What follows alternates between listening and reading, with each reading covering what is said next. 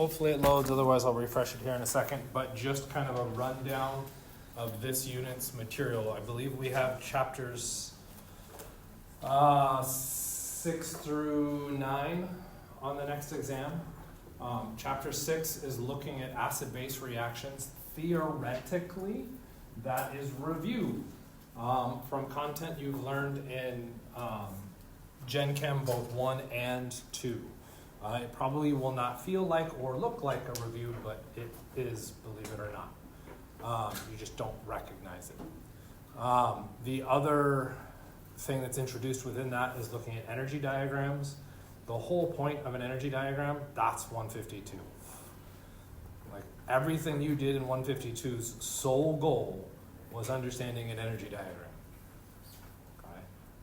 And again, depending on how it's taught, that may not have come across within your class. I know when I taught 152, that never really came across in my opinion, until I started seeing the connections back to when I was teaching OCHEM. Okay, so it eventually made it back into the content. Then chapter 7, which is what we're looking at here, is now all of the mechanistic steps. This chapter is unique, in my experience, to the CARDI textbook. No other textbook, I believe, goes through and summarizes all of your mechanistic steps. Okay? I think it is critical to be able to recognize them because it can allow you to then predict and manipulate things further on down the road. Okay? So it is important to do it or to see that chapter. You had a play posit that went through and summarized all of those features behind it. That was insanely dense, in my opinion. And it's really easy to lose sight or lose track of what you're trying to do within that chapter. Okay? Chapter 7 is, this is a mechanism, do it. Okay? That's it. There's no why, there's no how, it's this is it, just do what it says. Okay? And we'll do it with this one. And potentially others. Do you have more in this particular chapter? Or question? Yeah. Oh, yeah. Yeah. Okay. It is mostly just do. Right? Within that do aspect, there's two parts. Because when we look at a chemical reaction or even a mechanism, you have reactants, you have products, and then you have the instructions, curved arrows, on how to get from reactants to products. So when I say do, if you're told it's SN2, you should know what curved arrows are necessary to do an SN2 reaction mechanism. Okay? You would add those arrows on top. Okay? Or you're given the reactant and the arrows, and you now need to predict what the product would look like based off of those instructions. The last possible way, though it's significantly harder to kind of navigate both as a student and writing questions, so I don't think there's any like it. Here's products of this mechanism, what were the reactants? And trying to think backwards with it. Okay? But you're expected to do all of those manipulations. Okay? And I guess the last piece, given the reactant, the curved arrows, and the product, can you predict the mechanism? What type of reaction or mechanism happened? Okay? After that, we move into chapters 8 and 9. 8 and 9 are both about very particular mechanistic styles, okay? Or reaction styles, the substitution reaction and the elimination reaction. Both of them are an amalgam of different mechanistic steps. So what we end up doing is now drilling into certain mechanistic steps and how those things become a reality within our individual molecules. So now we start talking about the hows and whys of those mechanisms, not just here you do it, but let's evaluate what's there to try and predict what mechanism would happen. Okay? So those become significantly harder. But at this point, it's do. Okay? That's it. And that's it. Sounds like it's easy. It's not easy. I'm not trying to make it sound easy, but it's focused on just what the do is. Okay? So if we're looking at it, since it's loaded, which is a fun one because this started off right away with kind of a more challenging aspect. Okay? Show the mechanism and both products for the reaction between these two things. Draw the curved arrows on the left, explaining what happened.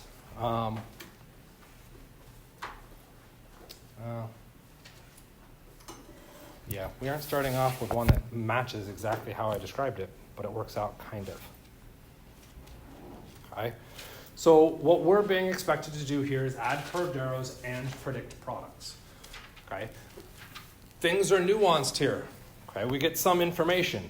Okay? One of the big pieces of information is how many products do we have?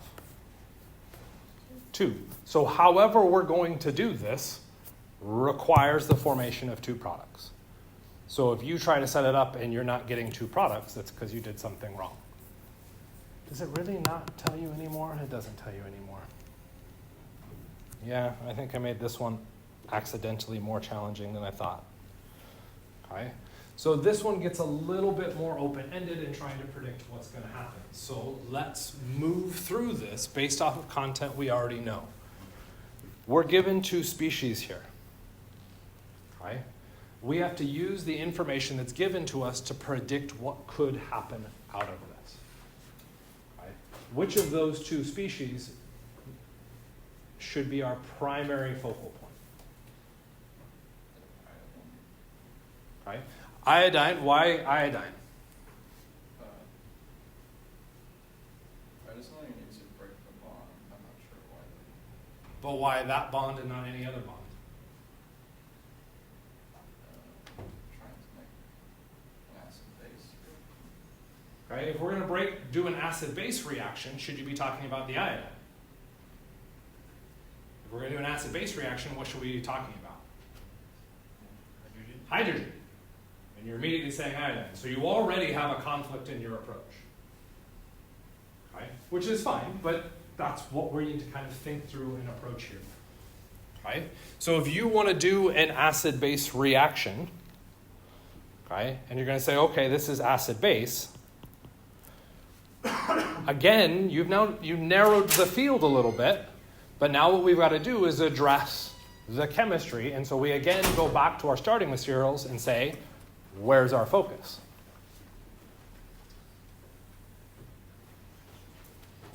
Is there hydrogen with the oxygen? Is there a hydrogen with the oxygen? Okay, or no? What do you mean? The reason why I asked is because, like, if there was a hydrogen that's bonded to the oxygen, it'd be more positive than the hydrogens on the iodine, which means it would want to go away. Okay. So if I had a hydrogen bonded to an oxygen, that hydrogen could then be potentially acidic because we have a large difference in electronegativity between those. Okay, awesome. Is there a hydrogen bonded to the oxygen? No. How do you know that? Okay, one awesome answer, okay, which I know sounds painfully obvious, but a great answer. It's not there, so don't put it in there.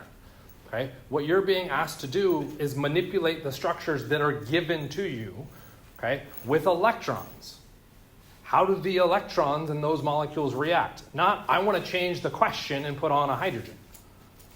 Okay? If your question was, is that a hydrogen out there? That's a different statement. Okay? And I'm okay with that question. Okay? But you didn't say that was a hydrogen. Why not?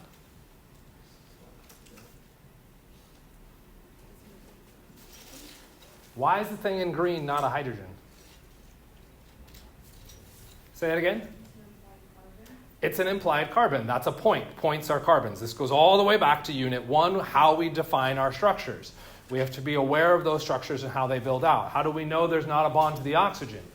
Common bonding patterns for oxygen. If it has 1 bond in 3 lone pairs, or 1 visible bond in 3 lone pairs, could there be a hydrogen? No, it's already got its octet. So there's no implied hydrogens. We also don't imply hydrogens on heteroatoms because it can be really shitty confusing, right? Right? So we have to use all of that old content as we move through. Okay? If we walk through, because I asked the question, where should our focus be? Okay, we got 2 answers here. We got one person looking at the iodine and the other person looking at the oxygen. Okay? So if we change the approach a little bit, we have a structure A and a structure B. When I'm asking, where should your focus be? What I'm asking is, what structure are you looking at? Okay? One person said A, one person said B. Okay. Neither actually answered the why they were looking at that particularly well. Okay. You said if it was different, we could then have a conversation about it. But why should I look at A or B? Movement of electrons. What's that? I said movement of electrons. Movement of electrons. Everything we do in OChem is about the movement of electrons. That's my goal. Okay? When I run a chemical reaction, what I'm talking about is how the electrons move on one molecule with respect to another molecule. And if the electrons move into the space between two atoms on those two molecules, what have I done?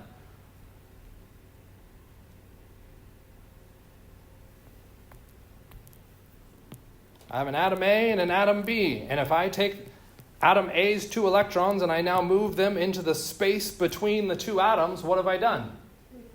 I've made a bond.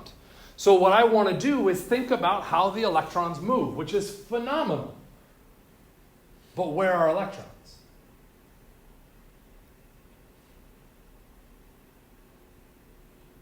Silence is actually the complete opposite and wrong answer.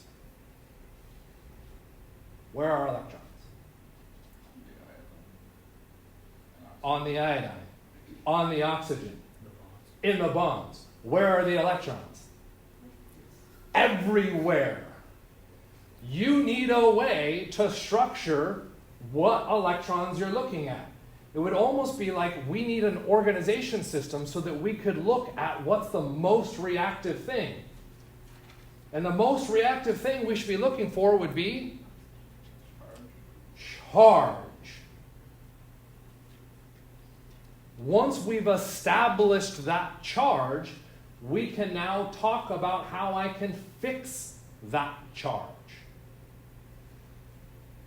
But until you have that primary focus, you're just shooting at everything.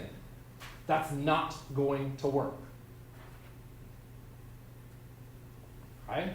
So if we spin this out and say charge is important, per Josie, structure B has charge. I have a negative charge on that oxygen. Is charge a stable thing? No. How would I fix a negative charge?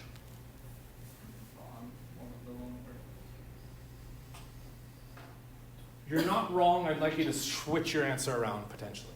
How can I fix a negative charge? Accept the proton. Okay, accept a proton could work. What else could I do?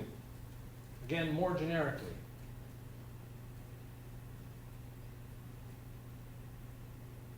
Now, making a bond was pretty generic. How about we share the electrons with something else? Like, that's it. What should that something else be?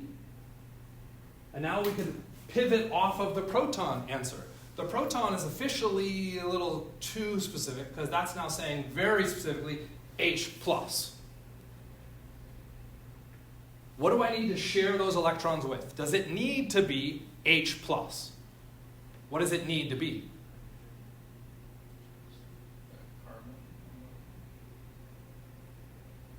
Okay. I said the H+ was too specific, and so now you start giving me other specific things. Carbon. What is the thing that you're looking at? What is reacting? It's not the H of H+. It's the electrons. Try that again. If the H had electrons, would the oxygen share with it? No, because that's electron-electron repulsion. That doesn't work. So it's not H+ that's important, it's plus that's important. What do I need that negative to react with? A positive. So now the question becomes, where are there positives? Okay? When we're looking at our overall mechanisms in this case, okay, we're trying to overlay that on an answer. And this one becomes a challenging one because we aren't told what an answer is. If we follow Ivan at his word and say this must be an acid-base reaction, right? What are we saying is positive? Peyton? Proton. Yeah, you're saying H. Right? So let's do it. Let's do that. Let's just say, for giggles, why not? So let's take that negative and I want to share it with one of the H's. How many H's do I have? Damn. Which of those three should I share it with?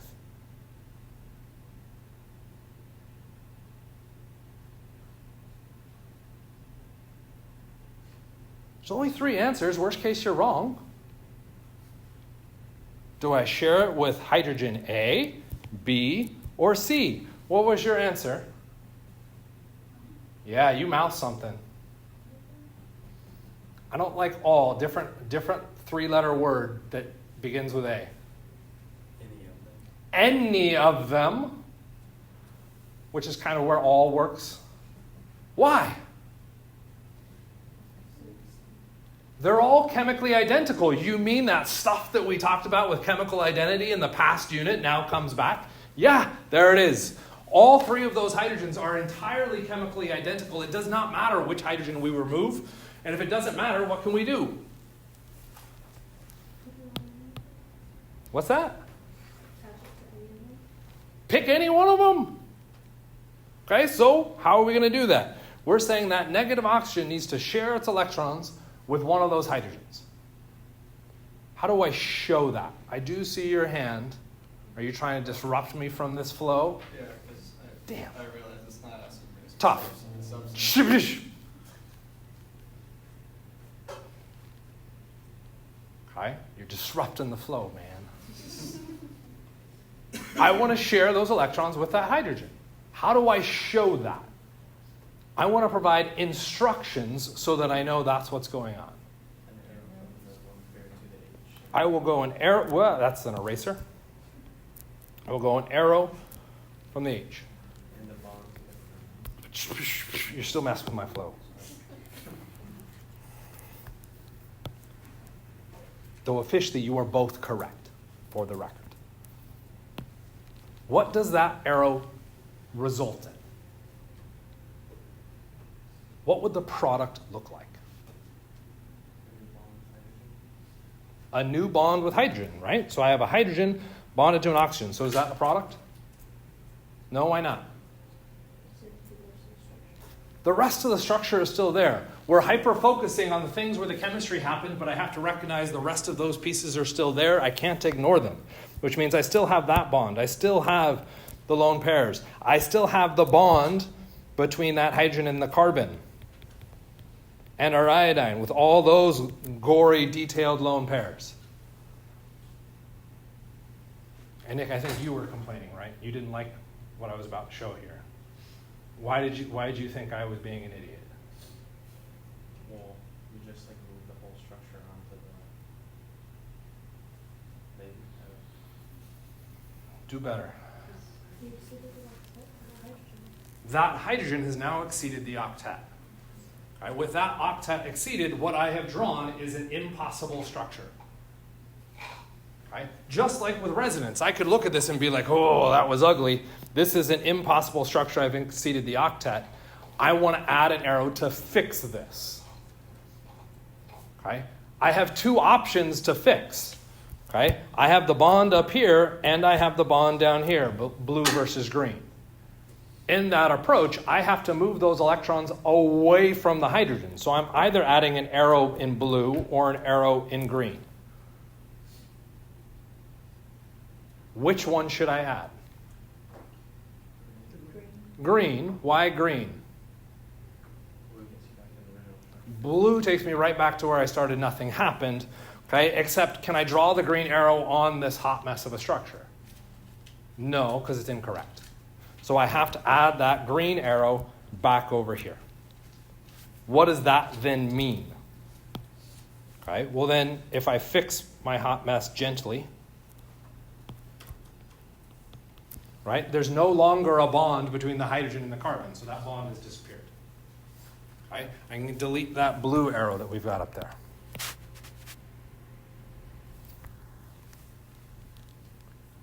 have I now shown the appropriate response from those arrows? No, why not?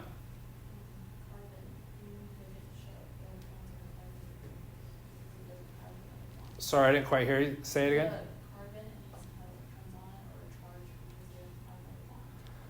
Okay. Carbon should have 8 electrons around it. It started with 8 electrons in our initial structure. Okay. We removed those electrons, or we moved those electrons. Where did we put them? Back on the carbon. Okay. So we should be clear in our drawing so that we know those electrons have gone back to the carbon. Okay. So I can fix that. I'll show that lone pair now sitting on that carbon. Am I now correct? Need the charge now. Okay. That carbon has gained those electrons as we fixed for Carly's suggestion. Yeah, we put the electrons, we now show them. Okay. Except now the carbon is charged, okay, because I've memorized my bonding patterns or I calculated out. Either way we run that, what we're going to end up finding is that that carbon becomes negatively charged. Am I now correct? Which is a loosey-goosey term in this case. What about the oxygen? The oxygen was negatively charged. Started negative. Why is it not negative now? It shared those electrons with the hydrogen, thereby giving up one of its electrons. That's why it became neutral. Okay, so what we have now drawn is massive air quotes an appropriate structure. Okay, what we have drawn is the acid-base reaction here. Okay, now we'll go back to you, Adam. It's supposed to be substitution. How do you know it's supposed to be substitution?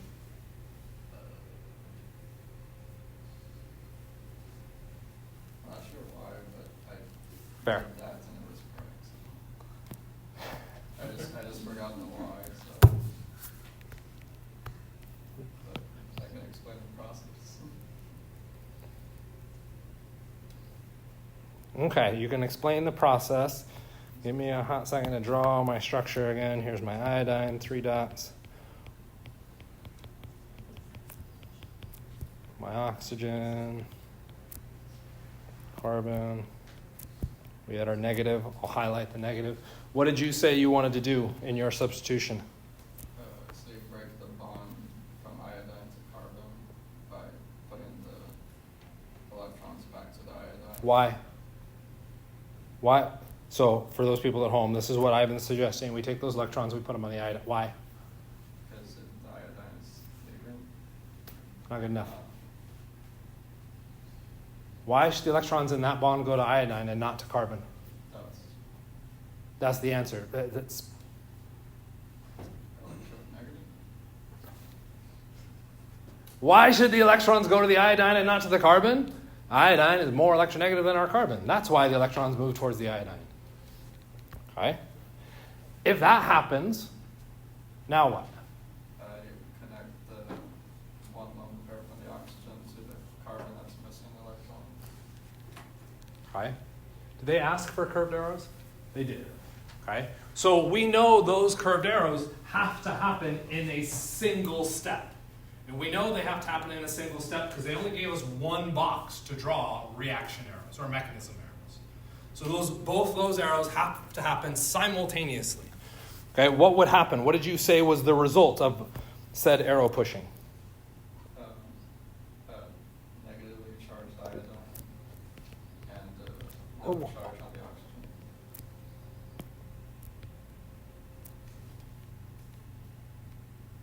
That's what happened? Well, the rest of the structure connects it to the oxygen. So the 3 hydrogens and the carbon.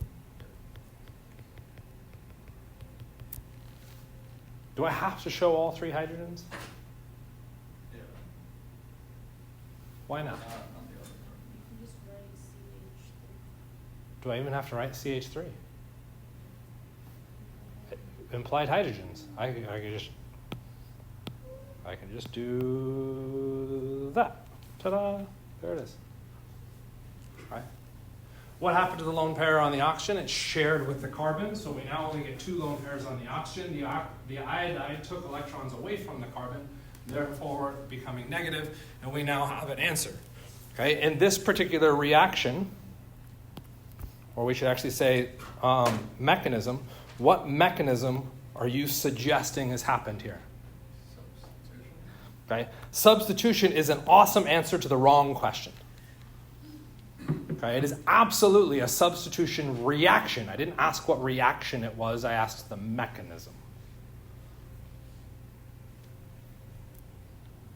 Anybody confident enough in all their mechanism video watching and reading and all that fun stuff? Like coordination or enteral devices. That's awesome. You're throwing out some mechanism names, but unfortunately both of those are wrong. SN2. There it is. It's an SN2 mechanism. Okay? You are responsible for being able to look at what's shown on the right as SN2. You are responsible for being able to look on what's on the left and knowing that that is acid base.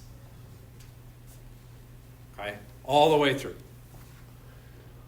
Where I would argue I screwed up with this question, are you yet responsible for knowing which of these two answers is correct?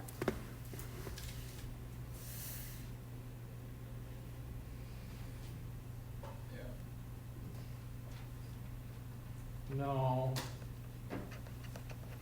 you're not. There should have been an extra clue within the question saying this is a substitution reaction. Because as soon as we say it's a substitution reaction, what happens? This acid-base option disappears. Right? I can almost guarantee, I can tell you what happened is that I read the subject line of the question that you don't get to see, that I get to see, and there it says it's an SN2 mechanism. And I assumed that SN2 mechanism was given to you within the text of the question. So that's a mistake on my end. Right? So you aren't responsible for that yet, week 1 from spring break. Are you responsible for that week 2? Probably not. Week 3, yes. By the exam rolls around, yes, absolutely. You need to know that SN2 was the only possible option here and not acid base. That's 3 weeks out, Mike. I can't figure that out. I bet you can figure it out now. Why is the SN2 a better option than the acid base?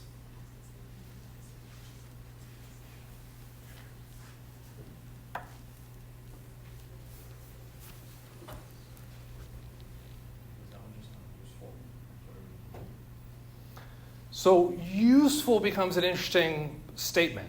Okay, is a screw useful? Yeah, for installing a window? Use relies on the exact case that it's being used. Okay? Until you know the exact case that it's getting used, usefulness isn't a really useful way to describe, dang, I used the word, okay, whether something was good or bad. Okay? Most of what we talk about isn't about use, it's about understanding the basic process behind it so that when you move into a more advanced class, you can now talk about the use. That would be second semester OChem. That would be biochemistry. Right? That could even move into your biology classes, believe it or not. Okay? So how do we know which of these was better?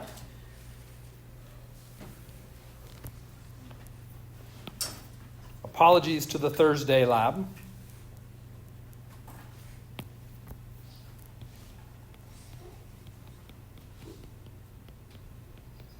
But you'll see this question in the Thursday lab.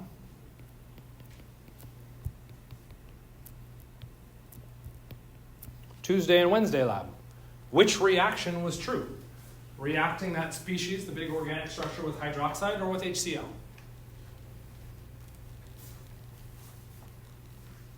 That was the easy question. It's going to get harder. It's the hydroxide. Why did we say the hydroxide made more sense than the HCl? What did we do to evaluate that? Sort of. We looked at the products and then we evaluated the difference in reactivity between our reactants and our products and tried to decide which one was more stable. That one directed that reaction. That's why that functioned. Can we do that exact same thing here? Yes. What's the most reactive thing on our acid-base reaction on the reactant side?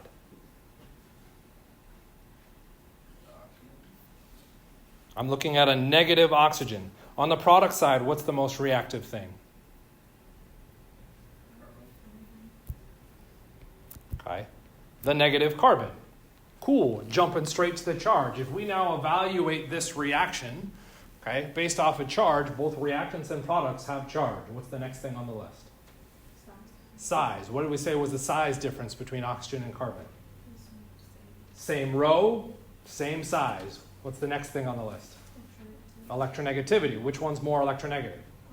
Oxygen. What does that mean it does with its electrons? Holds them tighter. Which one of these is more stable, oxygen or carbon?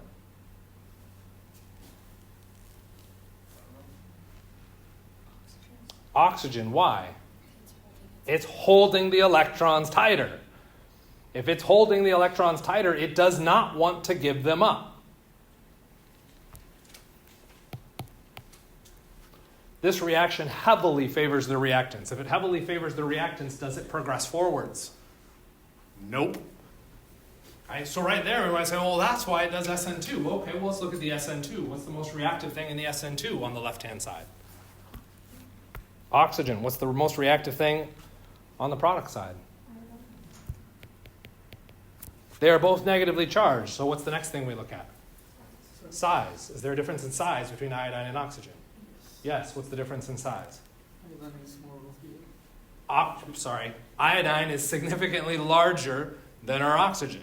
What does that mean about its stability?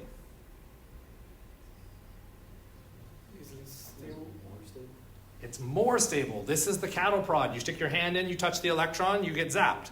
If it's a small circle, you're going to get zapped more frequently than if it's a large circle, because the electron's the same size. So iodide is significantly more stable than our oxide, which means which way does the reaction favor? Our products. You mean we use the rules to explain different chemistry, and in this chemistry, it's not even a freaking acid-base reaction. You're still using charge, size, electronegativity. Yeah. That's the point and the beauty behind it, is it allows you to get to that system. It requires practice and a little bit of just acceptance. I don't trust you, Mike. I don't think it's going to work all the time. Prove me wrong. Don't prove me wrong by getting a failing grade on the exam. Prove me wrong by coming up to me and saying, what about this question, Mike? This question, I don't think it should form products because of this stability thing. And there are absolutely cases out there. Those are the cases that you need to memorize because they run counter to those patterns. Kind of make sense?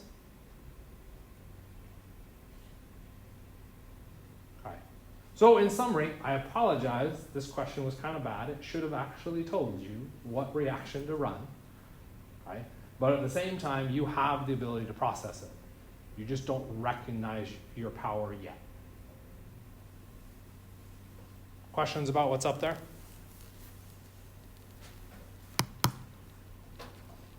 Okay. What's next? Number 7 on chapter 6.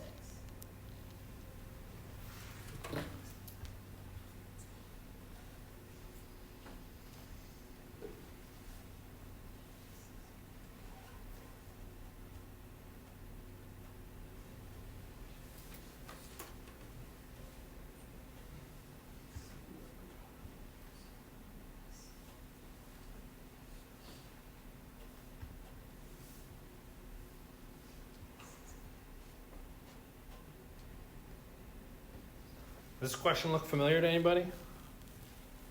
Why does it look familiar to you? Didn't we do this Tuesday? Did we? When we talked about it, Did we? did we do it with acids? We absolutely ranked bases. I'll grant you that. Did we do this question? No. These are now slightly different structures. Is the same patterns and processes follow and hold true? Yes, 100%. The same patterns and processes will hold through all the way on this. Okay? So it's again that same kind of system. I think this one is technically easy. It's not easier. technically easier because it's ranking 4 things, not 5, because yours was 5, right? I think. Okay, that's good enough. Okay, so we've got 4 things instead of 5, so we still have to go through this ranking system and figure it out. Okay. Just like with the other ranking system or all ranking systems, what we have to go through and do is compare 2 things. So we got A and B, A and C, A and D, B and C, B and D, C and D. So for this particular question, did I miss one? I feel like I missed one. Maybe I didn't. You've got, I can't count, 6 different things that you have to compare. If you're lucky in your comparison, you may not have to do all 6. You may only have to do 4 comparisons, and 1 will come out. Kind of make sense? Okay, so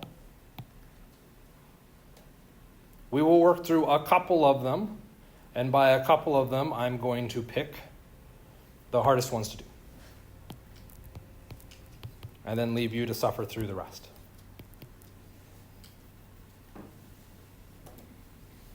We are going to compare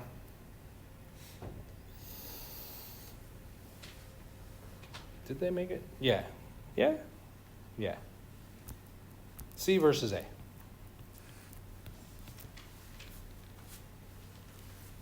Okay. I want to know the difference in reactivity with these. Okay. So a couple things that I would first address with all ranking systems is to make sure I know what I'm looking at. Okay, so in this particular case, I'm ranking according to base strength. What is a base?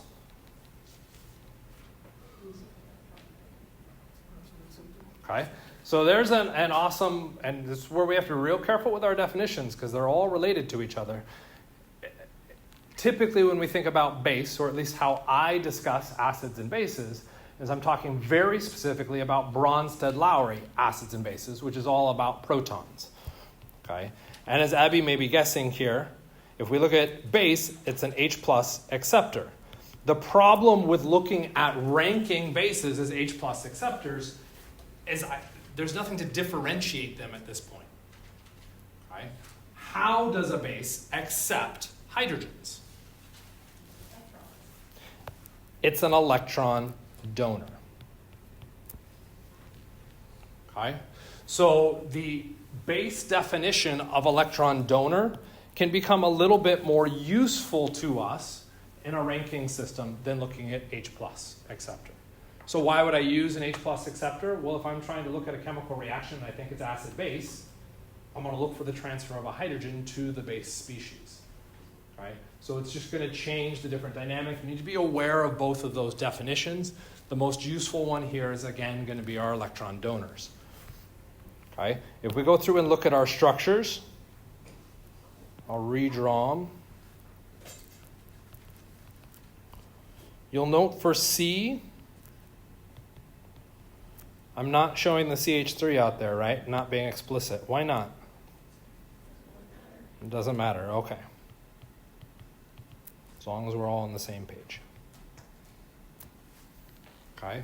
So what I care about here is, can it donate electrons? Right, that's my biggest deal. Okay. Both of these structures have multiple places for there to be electrons, right? Which of those electrons do you think I'm concerned about when we're looking at electron donating abilities? I use charge to differentiate. Okay? So in both of these cases, I care about the electrons on the carbon because those electrons are negatively charged, or the atom is negatively charged. Okay? So I've identified within a structure that charge is important. I've now identified my electrons, and now I can compare both of my structures. And comparing both of the structures, they're both negatively charged, which means not useful. What do I move to next? Size. What's the atom that's holding the charge in both of those structures? Carbon and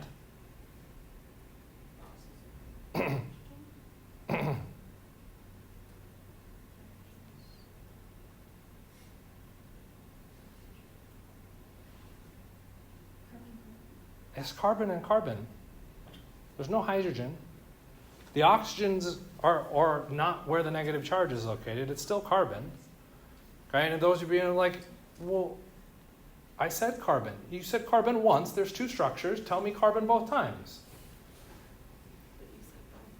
Okay. Fine, you're right. Don't turn all grammatical on me. Okay, so carbon and carbon. So is there a difference in size? Is there a difference in electronegativity? So, next thing. Resonance. Do I have resonance? Yeah. Cool, I do have resonance. I can move those electrons in and I can move those electrons up. Yeah? What does that result in? Negative charges on the oxygen now, and there's a double bond between the carbon.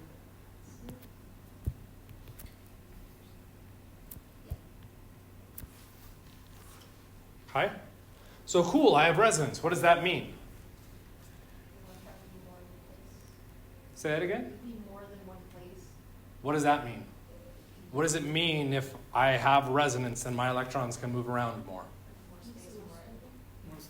There's the push I was going for. It's more stable. Okay? So if it's more stable, what does that mean about its base strength?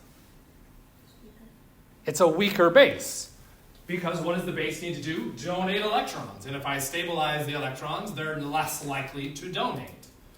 Okay?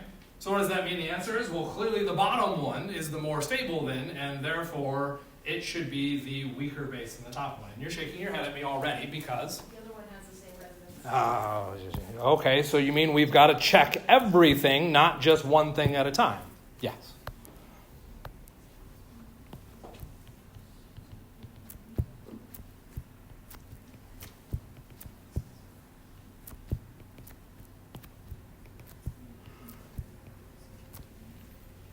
Okay. Is there a difference between those resonance options? That one's a little shaky of a question, and it could be as shaky of an answer, but I fully accept and would appreciate no. All right? So if there's no difference, what does that mean we should do? Look at induction. We could move to induction.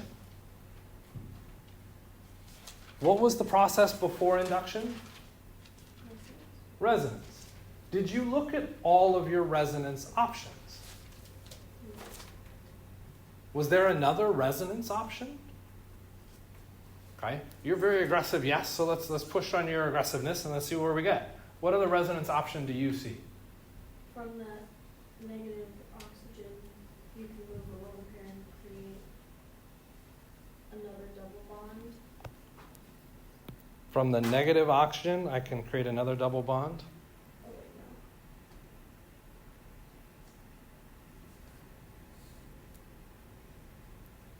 So you said, oh wait, no. Why? Because then it exceeds the octet. It would exceed the octet, which means what would I have to do? Move. Move a pi bond, which could mean moving this one if I wanted to move a different pi bond that I just formed, which takes me right back to where I started. Right? Okay, so what does that mean? There's no more resonance. Wrong. Damn it. You were so beautifully right. There's more resonance. If you move like the double bond to the oxygen to the other side of the carbon, To the, But it shares it with the other oxygen. so like over here? No, from like the original structure. Okay. Or To do this, because you're saying you want to move from the original structure, I have to add more arrows to the original structure. This gets problematic because now I'd be adding two different colors to the same structure. Okay? And same thing that I talked about, at least in one lab class. We don't want to do that because then it gets confusing on where we navigate. Okay? So what I'm going to do is delete the blue arrows. Everybody okay? You understand where the blue arrows led to? Okay, deleting. Walk me again. So from like the oxygen on the top, move that double bond to the other oxygen that shares out with the carbon. Like that? Okay, can I draw the result? Yeah.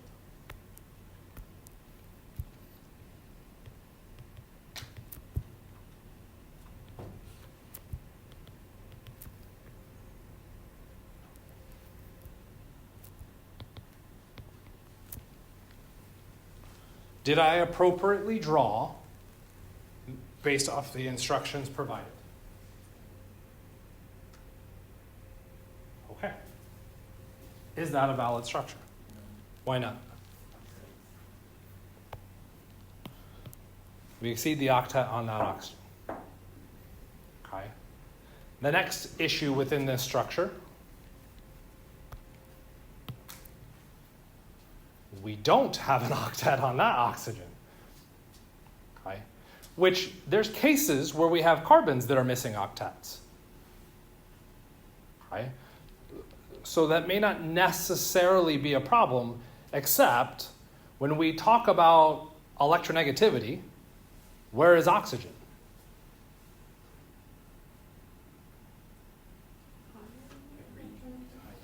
Yeah, I would argue it's actually the highest.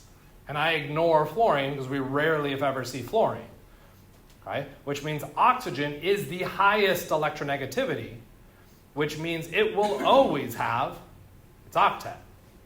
Yes, there's weird exceptions on that, but it needs its octet, which means we've got two problems here. Okay? Where I would argue that problem is going to stem from is your initial arrow. That initial arrow is saying I've got electrons shared between carbon and oxygen. Which of those atoms is taking those electrons in that green arrow?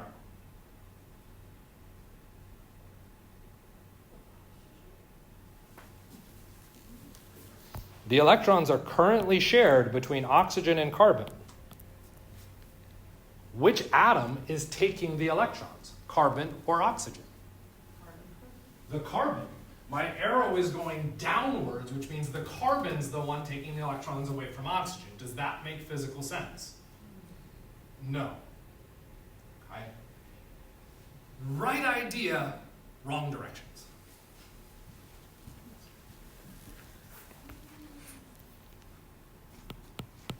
Someone else want to take a swing? If it helps, remember, I did say right idea, wrong directions.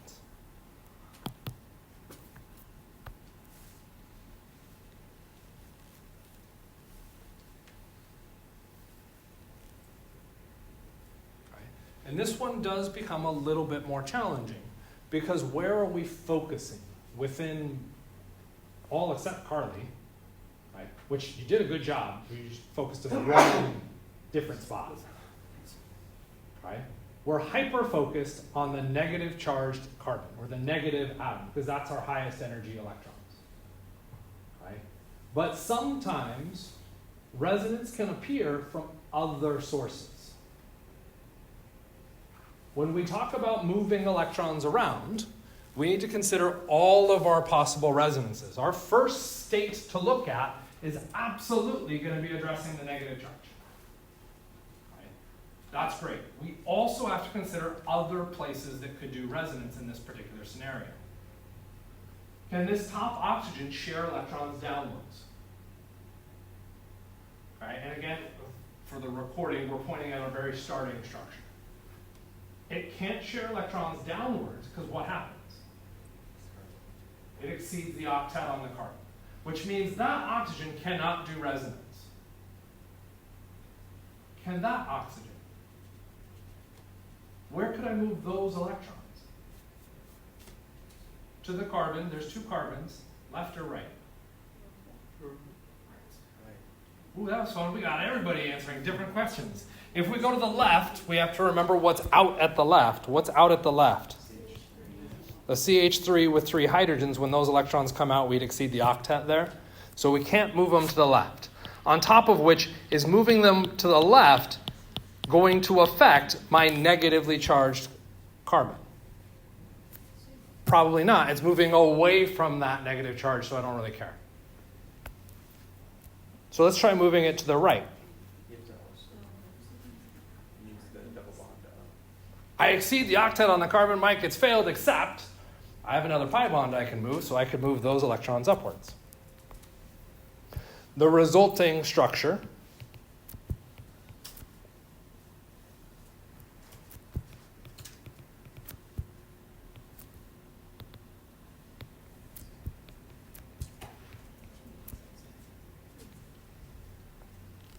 right? Are we happy with that structure? No, why not? It's more harsh. Okay, there's lots and lots of charge. And so this becomes one of those issues back in Unit 1 where I'm like, when we talk about resonance, you need to be aware of the possible valid moves that you can make. They may not always be great moves, right? But you need to be aware of them. So if we were going to try and draw this or ask this question back in Unit 1, really I can only expect two answers, the first two that we drew. Okay? Now in Unit 3, what we're trying to do is recognize that we have the capability to do resonance. This green structure is a valid resonance structure. It may not be great, but it is a valid resonance structure. And as a valid resonance structure, it contributes to the overall picture of the molecule. Okay? Why does that become important? What are we evaluating here? The stability of what? The base. Where's the reactive base in each of these drawings? That was a little bit of a weird statement, but I'm hoping you can run with it. This was C, this was A. So let's try it this way. Let's just look at A. Which structure is correct?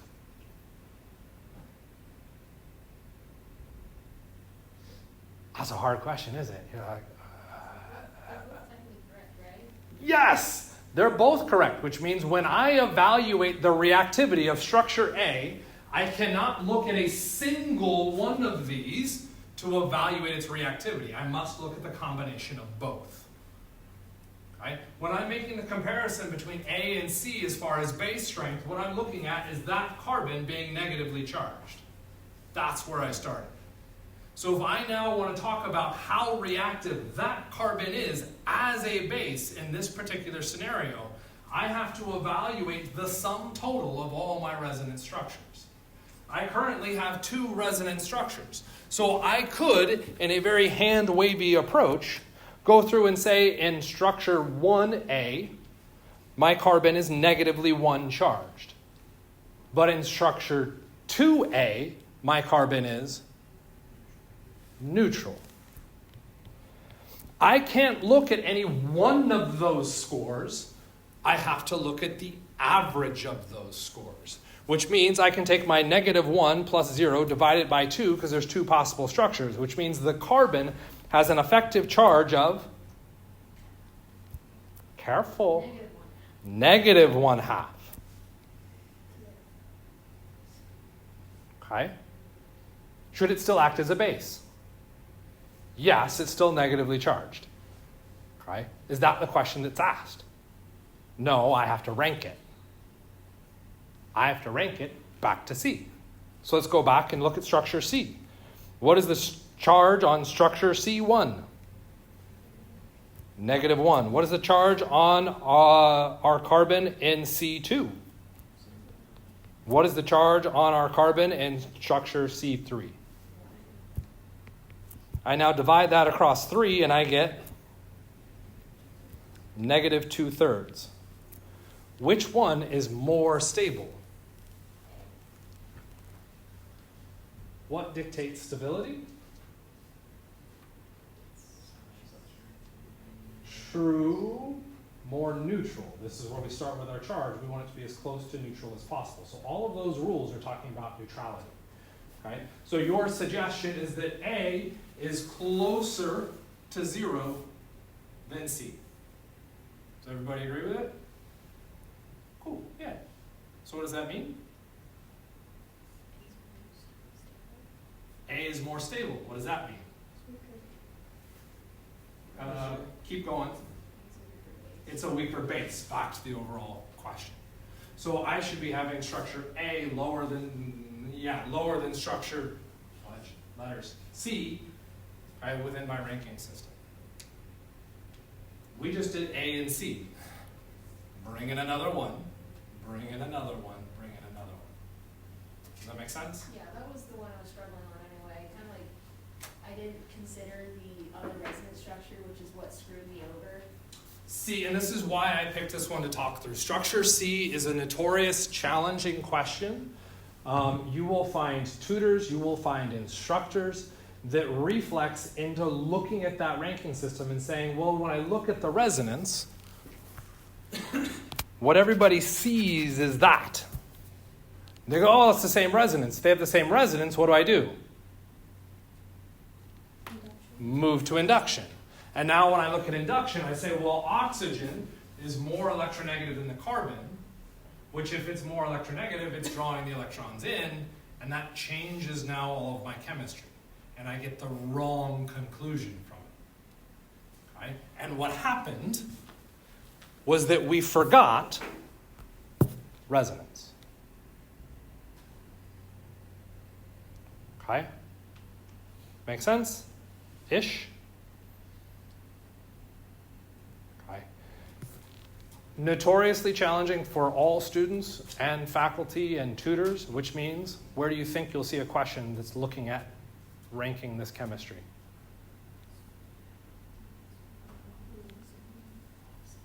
Yeah. You will absolutely see a question on an exam. Okay? And since it's so commonly missed, not only just an exam in this class, or for our class, but you will also expect to see that nationally show up in a standardized test, like the ACS. Okay?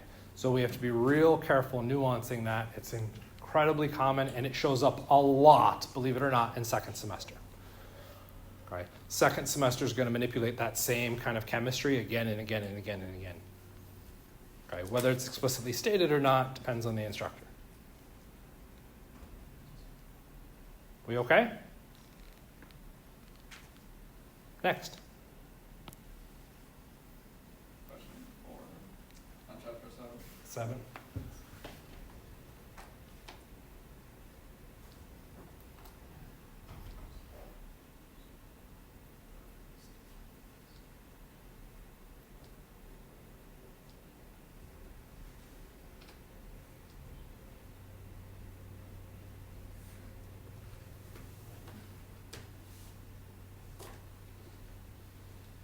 Am I in? That's question 7. What?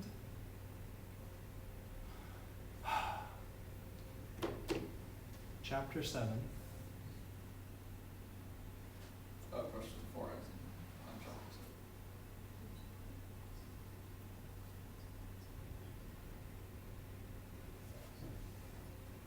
Question 4. Okay. Now it looks like it's doing it right.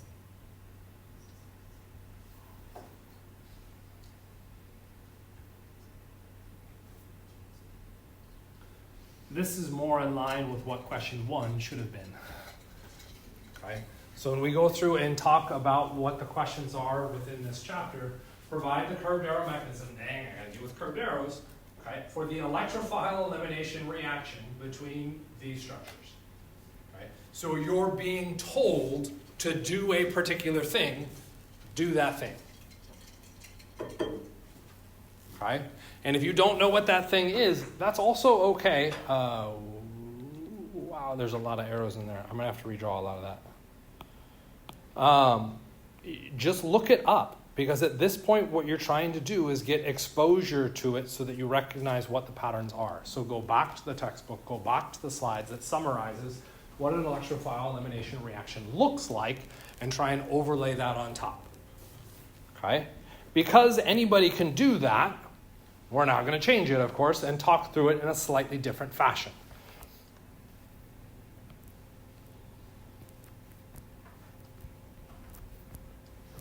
Come on.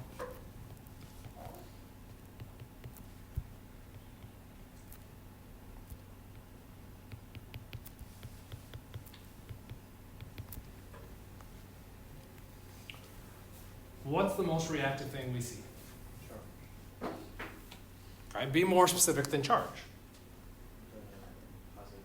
Positive charge. Positive charge. Right? We could even go into carbon. Really, all I wanted was the positive charge. Okay? How do I fix a positive charge? With electrons. Where do I have electrons? On the oxygen.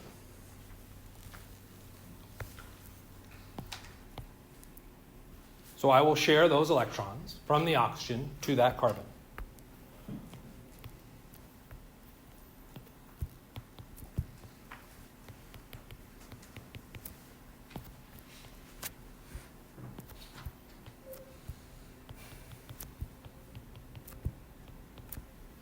Have I appropriately shown what that arrow did?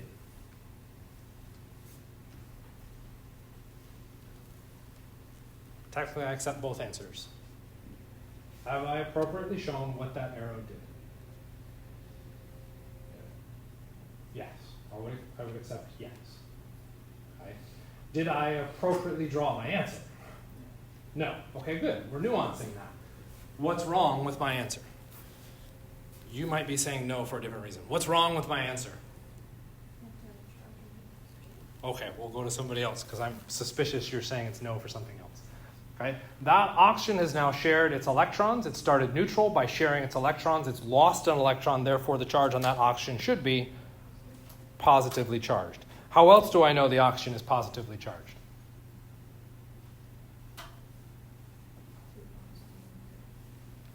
I've memorized bonding patterns that if I have 3 bonds and 1 lone pair, it's a positive charge. Fantastic. This is why I tell you to do that early on. We could use the curved arrows to help us dictate as well. How else do I know it's positively charged? Oxygen has 6 valence electrons, minus 3 bonds, minus 2 electrons, gets me a plus 1.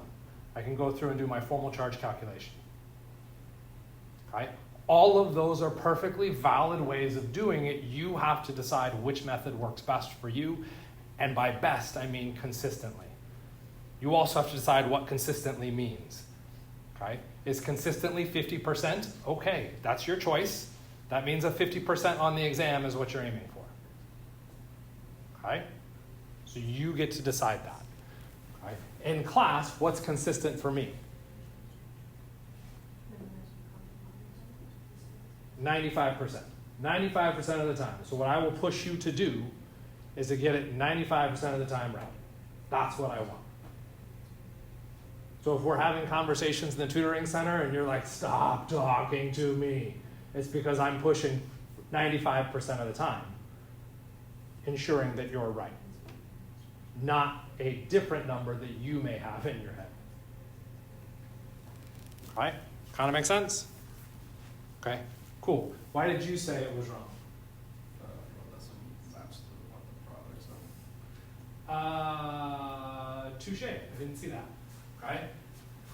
Given the reaction that we were told to draw out, there were 2 boxes, and in those 2 boxes, well, there's 2 boxes, and I drew one thing. Okay. Did I miss something else that I should have drawn? There were no other, I've accounted for all the atoms, so there's not like missing atoms somewhere, which means what I have drawn does not match the question being asked of me.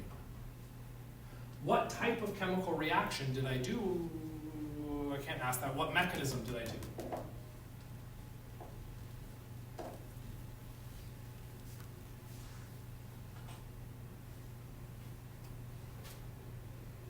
You're like, I haven't memorized all the mechanisms yet. Okay, this is the incentive, the reason for me to push on you and be like, we need to start working on memorizing those mechanisms so that when I ask that question, you can answer it. Okay? The mechanism that we did here was a coordination. We took one atom and another atom and we just formed a bond between them. We did nothing else. That's it. That's a coordination. Right? Why does that matter? What did the question ask me to do?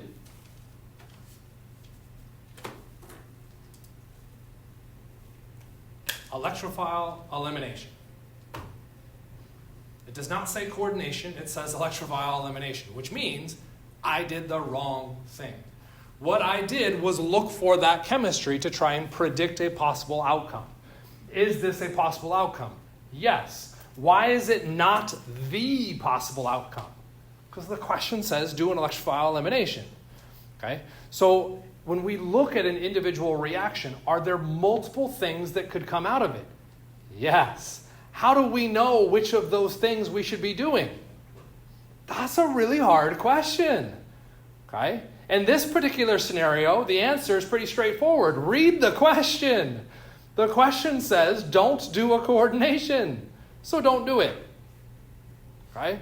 But then that means we have to go back to the drawing board, back our way out, and try and decide what happened here, okay?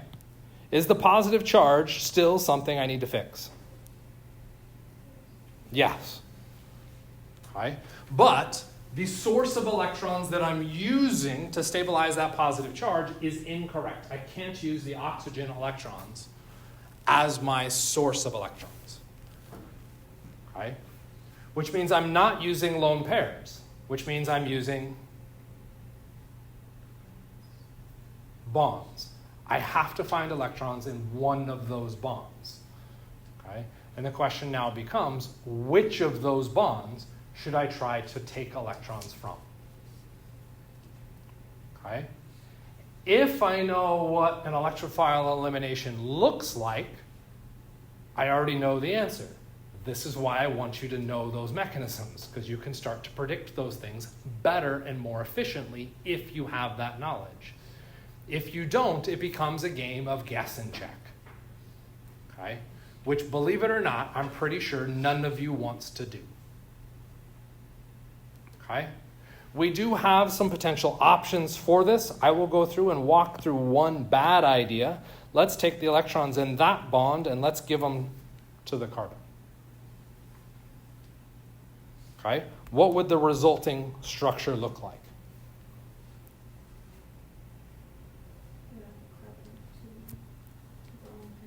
With a lone pair, I did nothing to those atoms. I did nothing to the water. And then what's this green dot? Just a carbon? CH3. Just a CH3?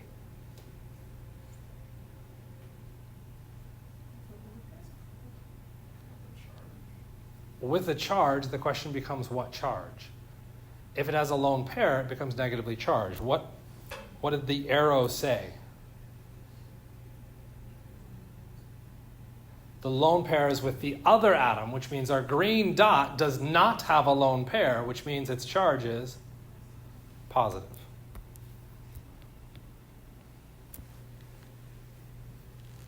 Right? And if you're looking at this being like, this looks kind of goofy and crazy, I'm kind of with you.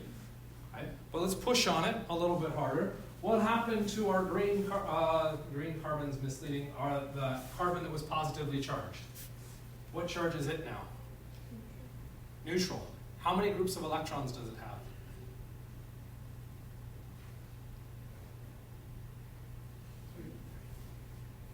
Wait, what? How many groups? It only has 3 groups of electrons. How does a carbon with 3 groups of electrons missing an octet not have a charge? Because it's a wicked goofy structure. This is what's known as a carbene. It does show up, but very, very infrequently. You need very special cases to get it. Carbenes are explosively reactive. People that frequently work with carbenes literally are missing fingers. Okay? So if you're making a carbene, unintentionally, you did something wrong. Okay? But that's kind of hard to see. So let's push to the reactive thing. The reactive thing here is this carbon, right? With a positive charge. Okay? Was this a good reaction to happen? What kind of positive charge did I have here? Said another way, how many carbons are connected to the carbon with my positive charge? 3, which means that carbon is tertiary.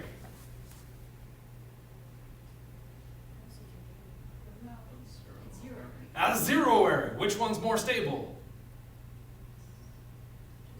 Tertiary, which means, was this reaction a good idea? No. Damn. So I shouldn't have taken the electrons from that bond. Yes. Good job. Right? What should you try and go through and do? You should pretty much try and manipulate every single possible option and see what happens. Okay? Because you need to be comfortable with that when you go through and predict. Okay? Which electrons should we take? We'll actually take the electrons away from that hydrogen.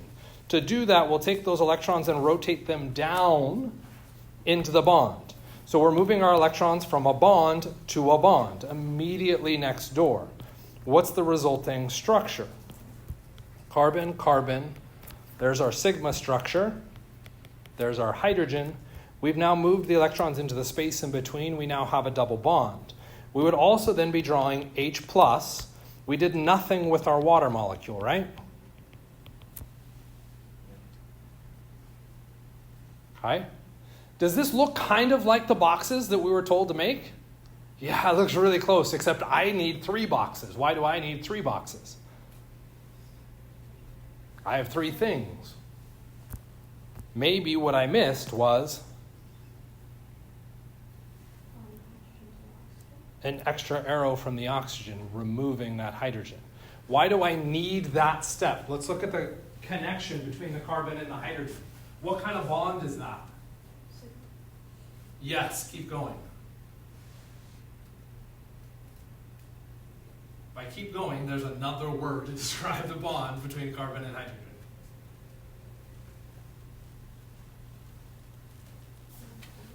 Say it. Non-polar? Nonpolar covalent. Okay? So if I look at that bond, where should the electrons in that bond go?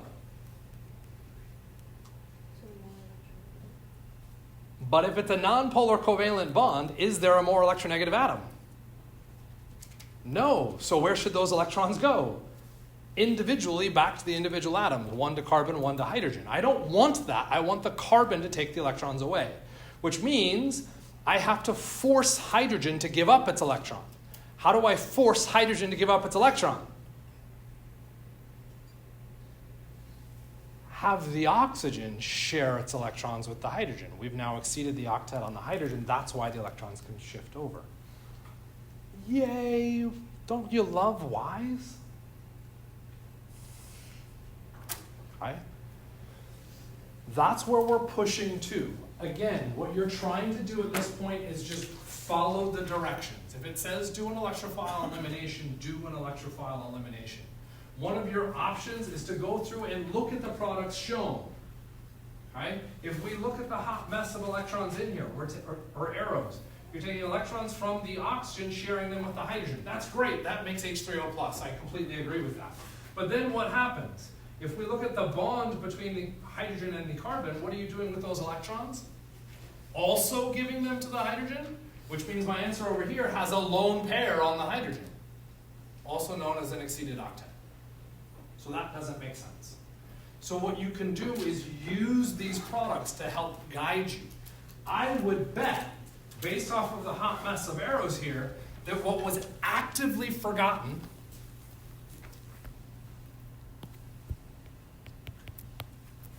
an implied hydrogen in that structure. And as soon as you drop that implied hydrogen on it, it's like, oh, I don't get rid of that one. And if that hydrogen now is there, it should help you focus where those things are going. This is why implied hydrogens are important, very commonly for elimination reactions. We are definitely done. Stop.